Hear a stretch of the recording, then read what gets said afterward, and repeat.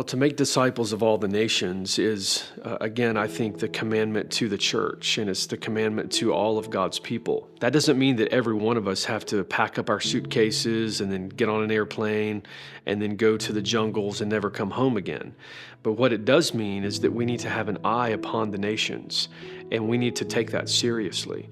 So we can start in our own local neighborhoods, we can start in our own communities, we can start in our own town and city. But at the end of the day, we're to be praying that God would indeed raise up, faithful followers in these other nations. And we can be praying for the church in these other nations. And we can be contributing to mission efforts and church planting in these other nations and supporting missionaries and missions in other nations.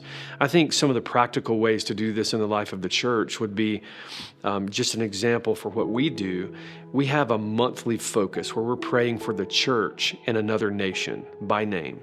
And so we're doing that in small groups, and then we're making mention of it in every church service so that the church can then go home, and maybe even in family worship, can take just a moment to pray for the church and the struggles that that church might be facing in another nation, so that then you can teach the next generation in the life of the church to be aware of the fact that when we gather at 11 o'clock on Sunday morning, depending on the time zone, sometimes there, is a church in another country that has already been gathering together that day.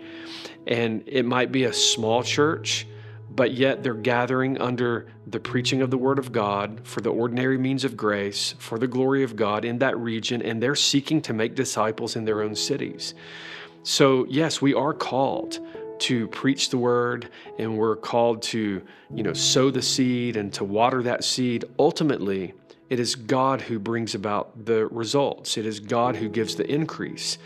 But we do need to be thinking about how the church is growing and how missions is expanding across planet Earth, and we need to be raising up another generation that will take that seriously.